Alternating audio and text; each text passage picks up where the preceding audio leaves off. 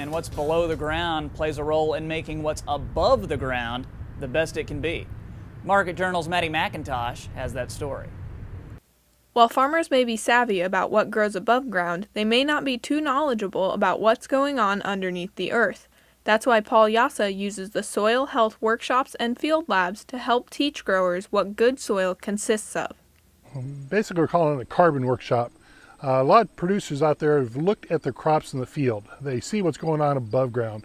We want them to look below ground, look and see what's going on in the soil itself, the microbes, everything that's going on as far as nutrient exchange, gas exchange, and that looking into the soil is something that people haven't done, but as they start learning about it, they learn how important it is to have a good, healthy soil.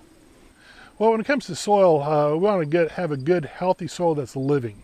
We're learning as we get a healthier soil system, the soil can do a lot more for us. And again, that's why we're trying to educate farmers about that.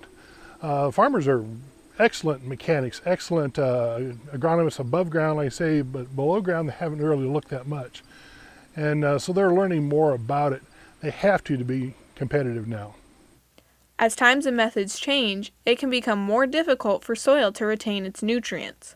This can make maintaining a healthy living soil a challenge.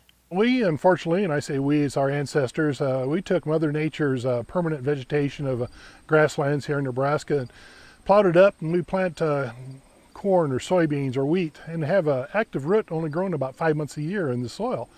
Well, Mother Nature had an active root in the soil year round, maybe actually be growing only about 8, 9, 10 months depending upon the winter. But when it comes to feeding the soil system, that active root exudes carbon into the soil to feed the microbes. And same thing as we had livestock in the yard, we wouldn't feed them only 5 months in the summer, we feed them year round. I want to feed my soil livestock year round.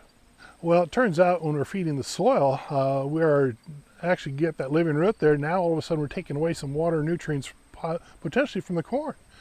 But the healthier soil helps provide that for the next crop because it cycles what's there in Mother Nature. And I say Mother Nature never put fertilizer out there, and Mother Nature didn't do irrigation. Mother Nature always had something growing there, but it's a diverse mix of things, not a monoculture. And so that's one of the things we're trying to do is tell farmers about how we want diversity in the soil. One way farmers can take care of their soil health is by being more attentive to the crops or biomass they grow above it. Farmers should also have reasoning behind the types of seeds they sow. Well, biomass is what we actually grow. And we got to start thinking about why we're growing it. If I'm doing it to feed soil, I don't need a lot of biomass above ground because it's the roots below ground that's feeding the soil system.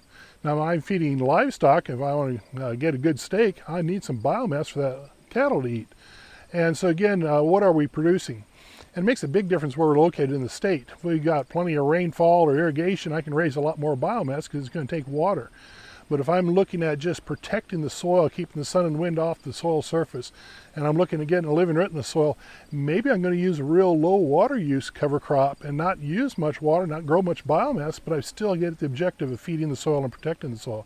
So the biomass, too many people get hung up on raising a bunch of biomass. No, what's the function of your biomass? Why are you doing it? The important thing is I tell farmers they have to decide up front when they're planting a cover crop or even planting any crop, what is their final goal. If I'm just going to feed the soil and protect the soil, I can put out half the seeding rate compared to the farmer who wants to feed animals because he's going to need more seeds, more plants growing because he needs to produce more. And again, there's a relationship, the more he produces, the more water it's going to take. Well, his reward is the livestock. For a crop producer who's growing a cover crop, maybe his reward is healthier soil to pass on to his future generations.